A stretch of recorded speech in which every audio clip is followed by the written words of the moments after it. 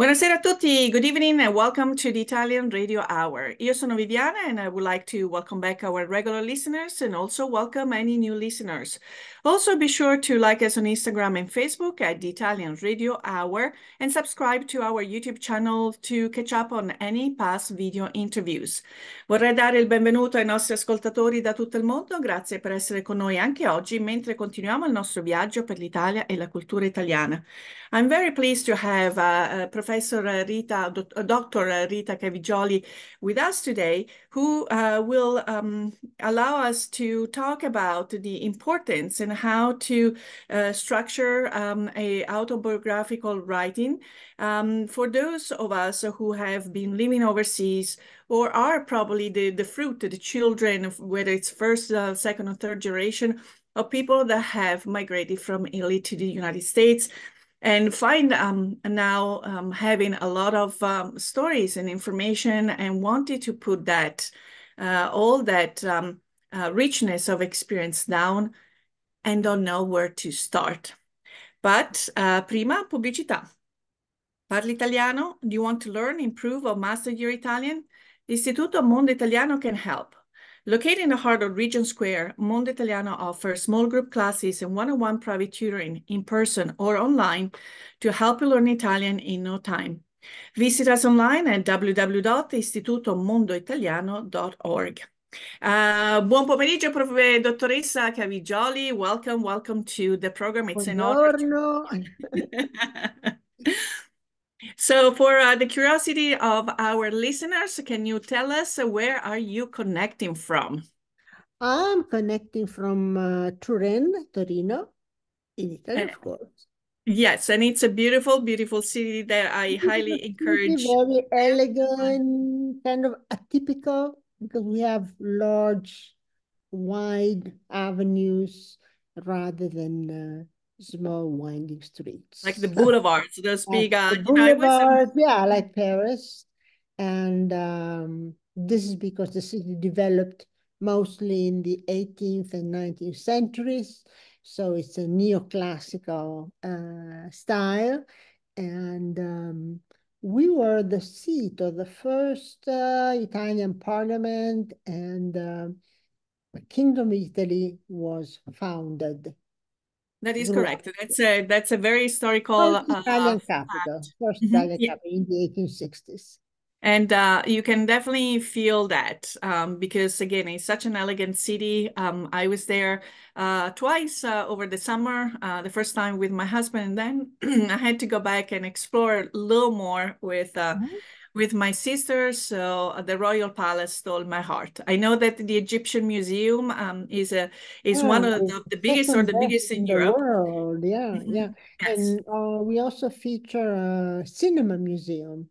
Exactly, in the Mole Antonelliana, right? There was the Mole Antonelliana, which is the symbol of the city. Yeah. Yes, and I think when I was there was the Dario Argento exhibit. So anyone that was in the horror movies, that is Profondo Rosso. These are the notes that exactly. I can associate. Now we had the Tim Burton exhibit.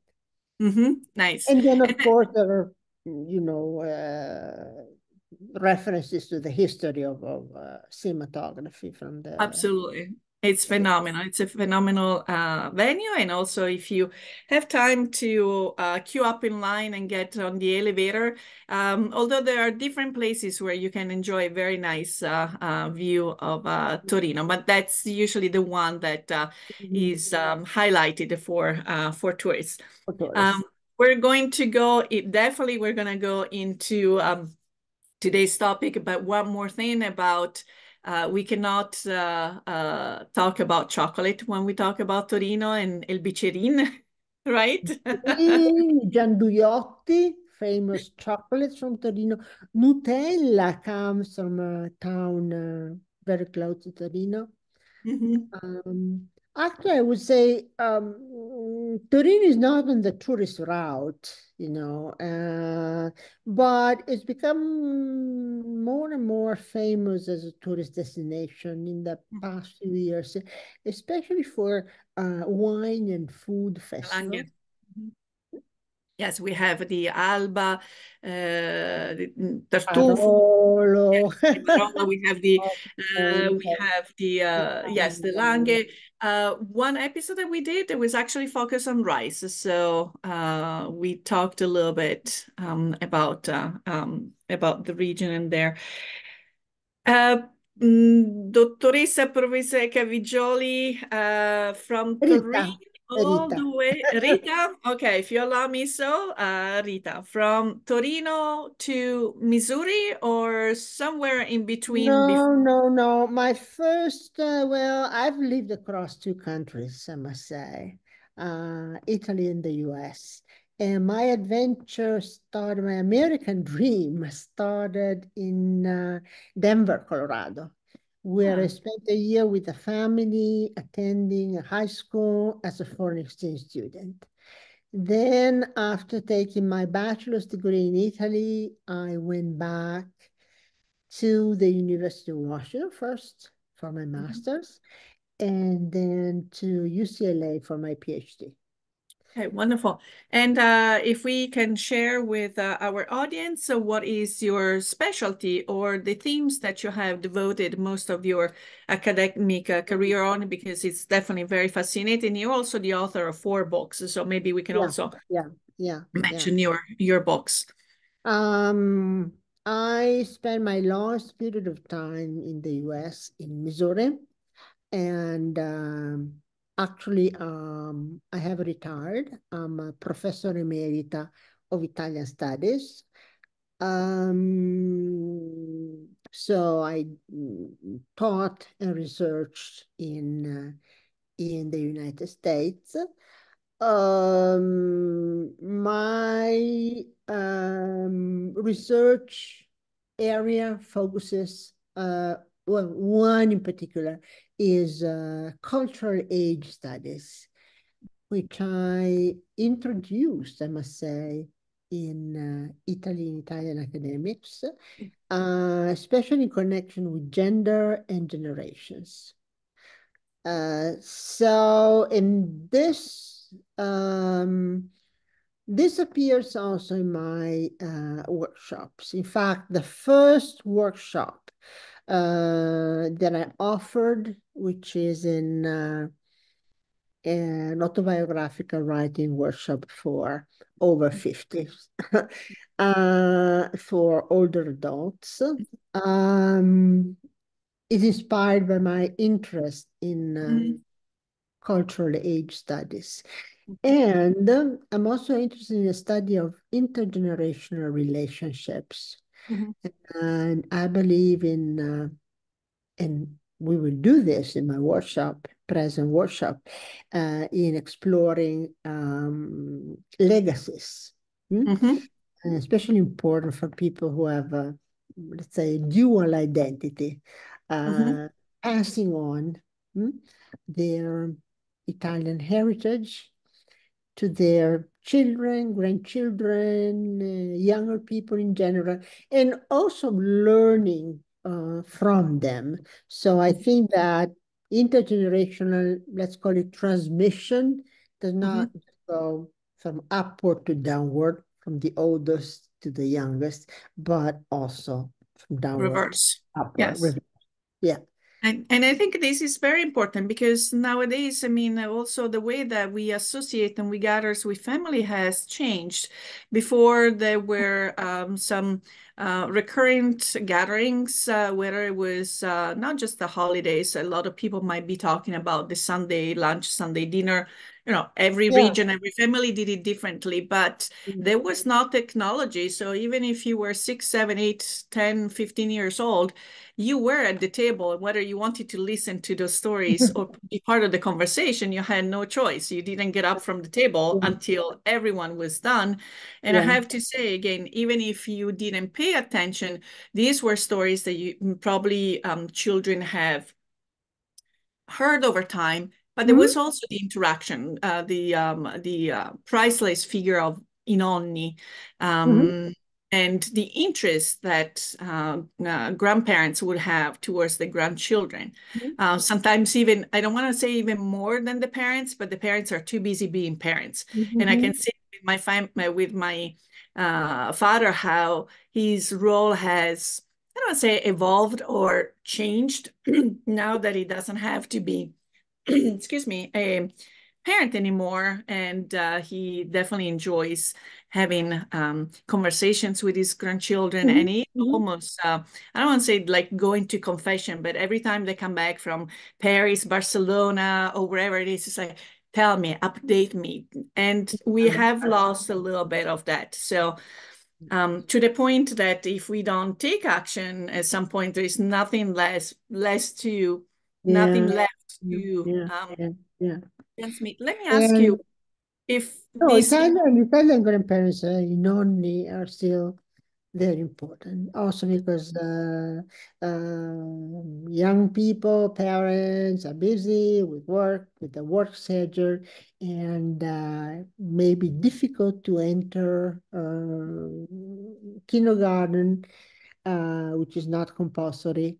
And so children stay with their grandparents. So grandparents are great support for the family.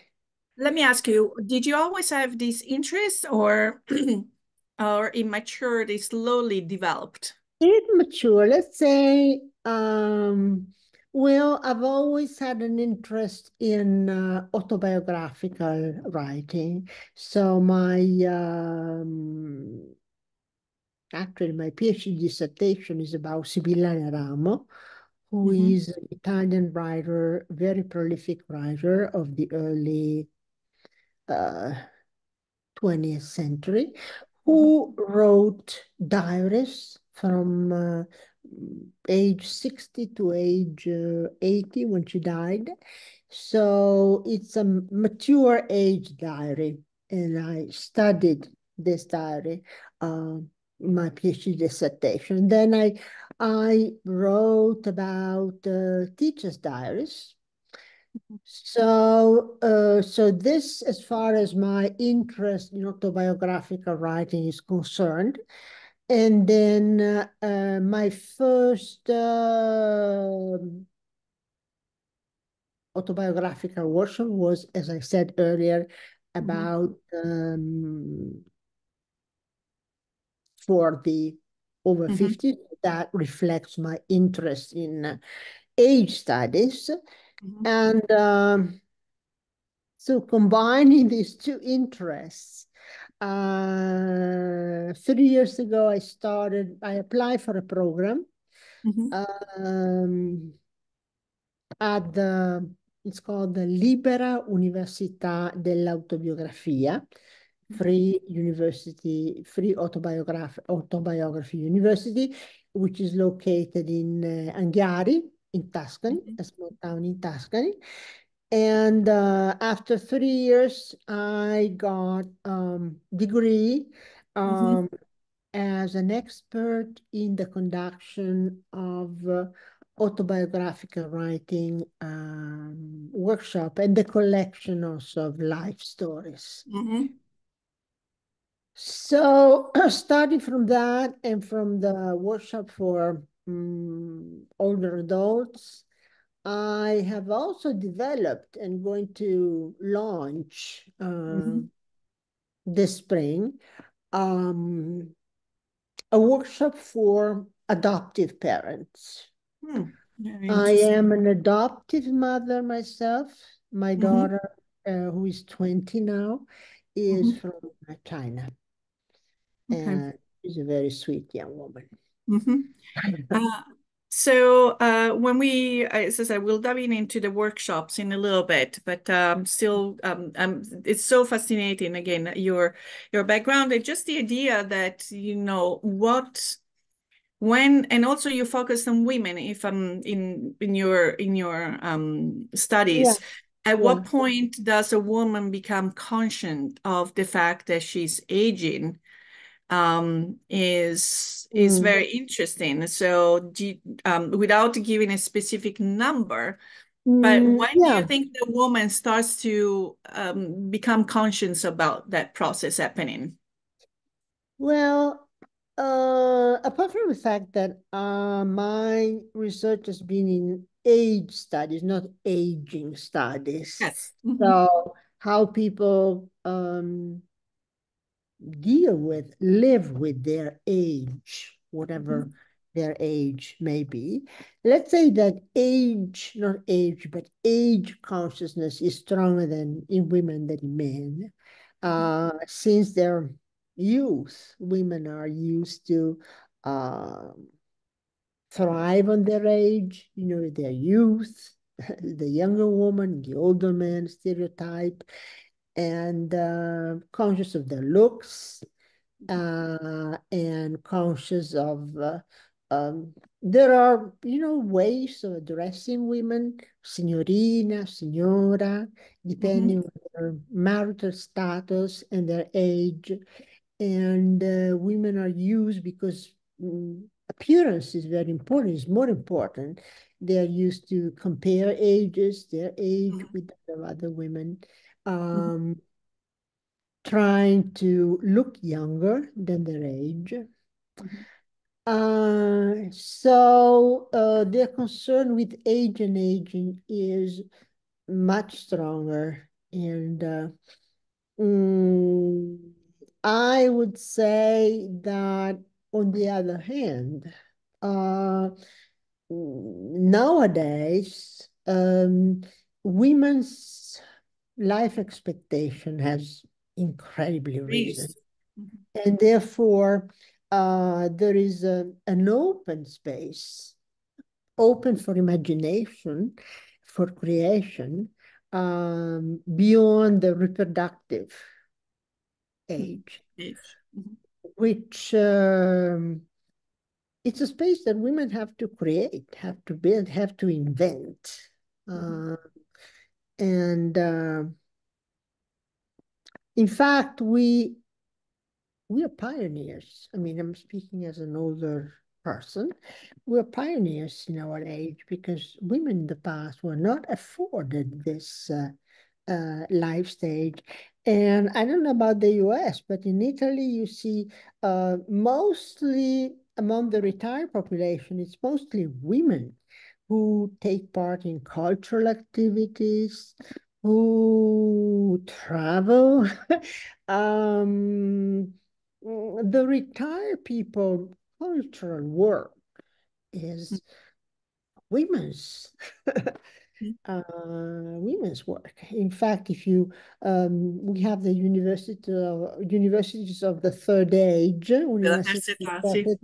and it's mostly women who attend courses and activities there. It's a revival. I mean, when you say conscious, it's also awareness. I think it's a self-awareness of the new potential of what is coming up, not what we have done and what's just behind us, which creates experience, but the fact that there is a new horizon, at least that's kind of my attitude. There is a new horizon worth exploring, and let's see what is going to bring. A new horizon, yeah. And so it's very fascinating, and I'm trying to work with that, especially my workshops, and open the space for creativity and imagination. So my workshops are not about regretting or collecting memories only, but also building new attitudes and new spaces. Okay. Well, before we start diving in a little bit about autobiographical writing, another little message from our sponsors. Applying for Italian citizenship, need documents as translation? Istituto Mondo Italiano provides certified translations and assistance services. Be sure to visit us at istitutomondoitaliano.org and schedule your free consultation. Un caffè, per favore. My first cup of coffee sets the tone for my entire day, and I get my coffee at La Prima Espresso. La Prima has been brewing Pittsburgh Express coffee for nearly 35 years. Try any of their in-house roasted varieties of beans from all over the world at home, or come and enjoy an espresso or a cappuccino at any of their locations, where their friendly baristas and familiar faces will make you feel at home. Visit laprima.com to get La Prima Espresso coffee at your door. Welcome back. We are indeed having a very interesting conversation with Professor Rita Cavigioli. We're talking about the second big topic for today's conversation, which is how to approach autobiographical writing. And Rita, this is I think something that it might be il sogno nel cassetto, the dream that some people might have considered, and but we need some guidance, and especially as you said, for those who have, like ourselves, has split our time in Italy and the US, we have all these that we have become, that we have experienced, that we would like to share, but I personally wouldn't know where to start. And I would be so let's talk a little bit about these type of workshops, and also first, what is the ideal setting? Because I'm sure there is going to be a lot of sharing among the participants in this type of environment. So what would be an ideal scenario? Of course, this particular workshop is targeted to Americans of Italian origin, or Italians, native Italians who live in the United States. But these are two separate audiences, and I think the Istituto Mondo Italiano has more connections with Italian Americans than with native Italians.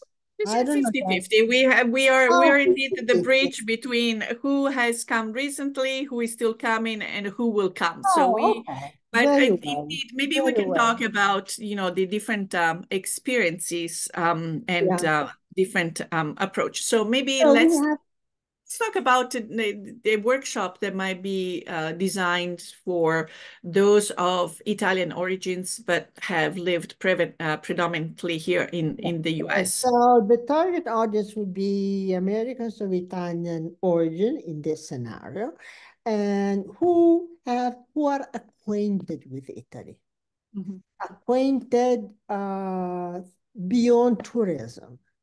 mhm, So through visits, stays, family relationships, friends, work, study. So the connection with Italy must be there. mhm, And also, of course, wish to reflect on their identity and hybridity, the contact between being American and being Italian. I want to keep the workshop small. mhm, So I would say maximum number of participants, 9, maximum 10, because writing about oneself and one's life is very private. And we can only share and also find the time to share with a small number of people. mhm, And people who become very close, believe me, through the workshop. The duration is ideally 7 meetings of mhm, approximately, I'm saying 3 hours, because oh, we want to have time. We mhm. don't want to be under pressure. And And go ahead. yes, the objectives. Okay. So the objectives, if the workshop is held in English, Mhm, uh, is writing, because as I'm going to say, soon it's mostly writing, autobiographical writing, to, well, start with your present life. How does it feel like? What is your life at your age now made of? mhm, And compare this with your parents, your grandparents' mhm, lives at your age. Uh, and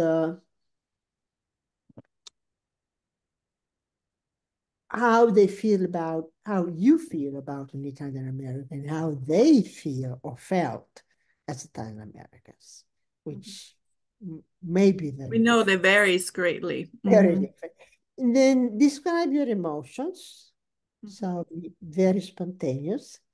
Um, and in general, revisit memories, legacies, nostalgias. Um, Sometimes even nicknames, right? That brought us back Even to whether nickname. it was used towards you or maybe someone in the town or a relative, uno zio, una zia Yeah, that was in fact, called one by. activity you're saying, I mean, you're getting to the point because one activity is associating 2 or 3 words you would use to describe yourself, to define yourself as an Italian, then as an American, and 2 or 3 words you would use to define what people think of you as an Italian and as an American, and which of these words you want to take care of and which ones you want to leave Discard. behind. So there Mhm. is self-perception and other people's perception of you as an Italian and as an American. Um, and as I said earlier, I value imagination. So not only memory, not only recollection, but also develop the ability to move easily across Mhm. space and time. Because I would like the workshops to be fun. Mhm. So not feeling, oh, I miss my so and so, Mhm. but I'm constructive. And then one important result of a workshop of this kind, especially with a smaller number of participants, is support. You Mhm. get support from the experiences of others, my experience included, because I have a dual identity as well. So, as I said, the workshop is based mostly on written activities. I will give prompts, Mhm. traces, maps to work on. But we will also make use of songs. Every meeting, we recollect the song that we associate to Mhm. Italy, say why we associate it, listen to the song. Drawings, there will be a lot of Mhm. drawing, maps, organizing too, mapping. Mhm. Photos, participants will be asked to bring photos, objects, Mhm. recipes that they associate with Italy or with their Italian American identity. Um, And people will have also to do some homework, right? Because this is not just happening in the well, classroom. I mean, if like.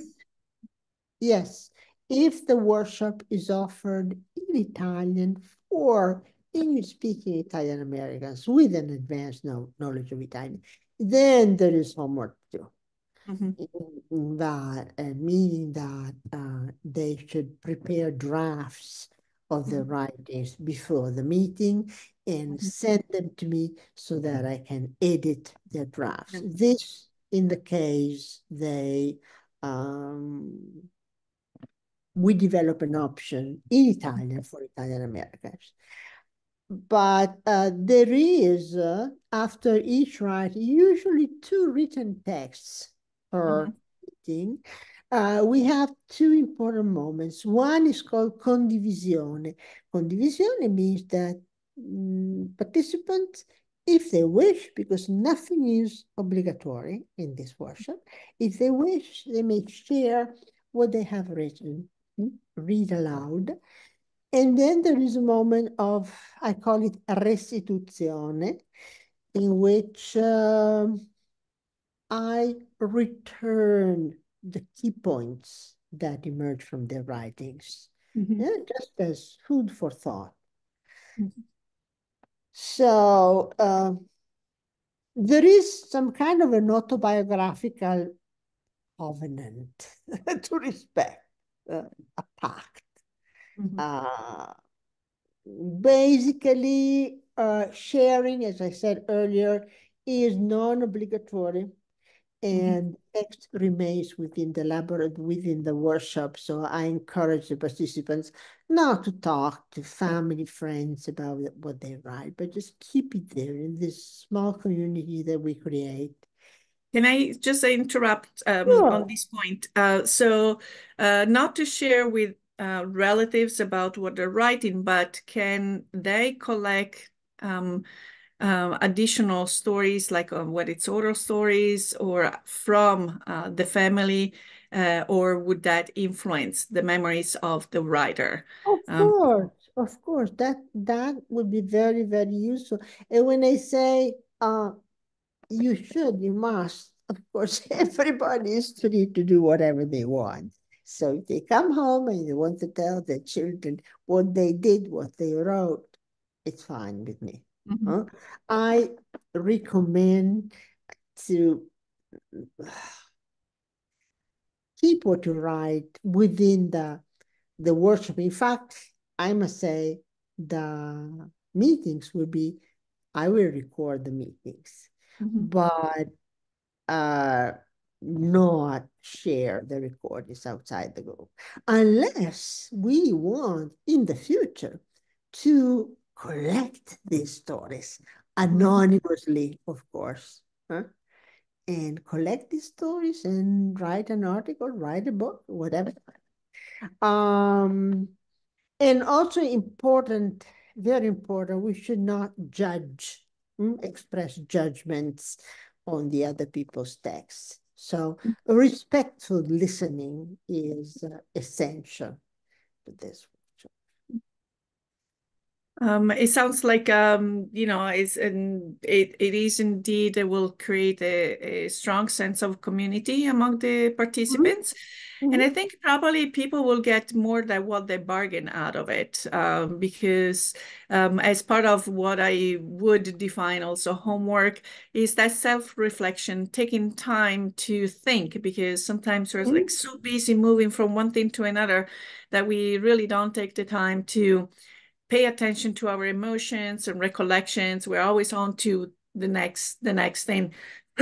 And this will be a nice protected, safe environment to Mhm. actually stop for those 2 or 3 hours. We're not going to be passive for sure, but at least we're going to take a step back and have time to reflect Yeah, together.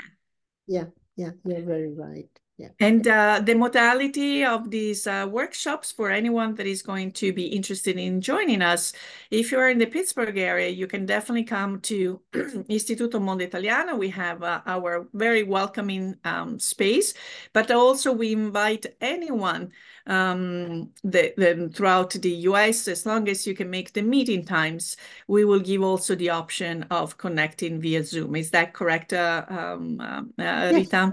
yes, yes, yes. I would not be there in person, of course. We wish. Well, unless we'll come and if My we publish soul will be something, there. we will come to Torino. We'll do something Yeah, all yeah, together. right. Or I come Anything to else? Pittsburgh.